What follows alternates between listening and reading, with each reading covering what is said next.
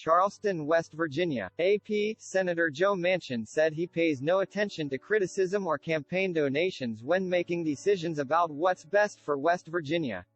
Sounding somewhat exasperated when asked whether the dramatic bump in campaign contributions he's received from oil and gas interests in recent months influenced his voting, the conservative Democrat said no. During a roundtable discussion in Charleston on Friday, he said his office's outsized role in drafting the sprawling economic package signed this week by U.S. President Joe Biden made him the target of the far-left, environmental activists and the fossil fuel industry all at once. Nobody in their right mind would go through what I have gone through with my staff for the last 8 months, taking all the crap we've taken from everybody in the country, if they weren't doing what they believe is right, he said. I can be the hero and the villain all within a 24-hour shift, he said.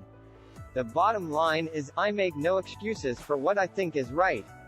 I've always said this, if I can explain that, I can vote. I can take the criticism I know that goes with those votes. That's part of the game. Manchin, who chairs the Senate Energy and Natural Resources Committee, offered a key vote needed to pass the Democrats' flagship climate and health care bill in the 50-50 Senate.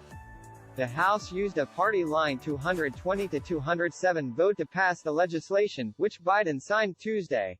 The law, which places caps on prescription drug prices for seniors and extends subsidies meant to help Americans pay for health insurance, contains billions in incentives for clean energy.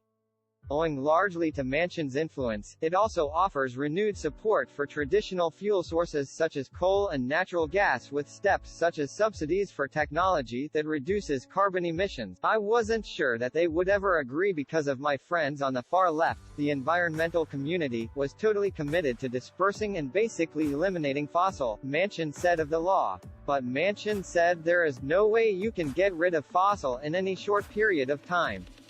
You can use it cleaner as you basically transition, but it's going to be with us, and you got to do the best you can with it, he said.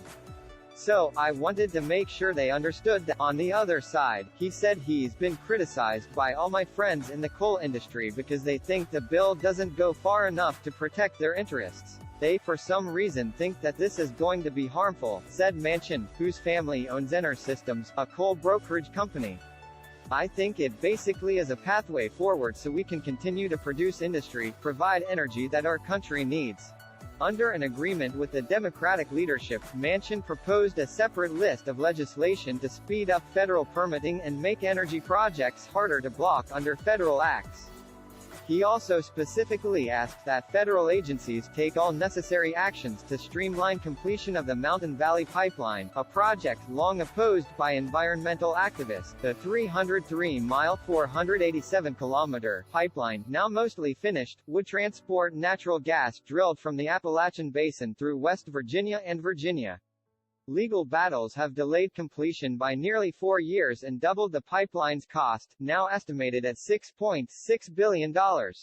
This election cycle, Manchin has received more campaign contributions from natural gas pipeline companies than any other member of U.S. Congress, contributions that have increased from $20,000 in 2020 to $331,910 in 2022, according to campaign finance records compiled by Open Secrets. On Friday, he said his agenda in advocating for the pipeline was to bring down the cost for consumers by increasing the size of the market and creating jobs. He insisted the campaign money had nothing to do with it. I understand the cynical part of that. People look at it and they go, well, they're just taking care of themselves, he said. I'm sorry people, I have no idea who contributes. I don't look at that. I don't go out and advocate that at all. He said lawmakers need to rise above corporate and party pressure to deliver for their constituents.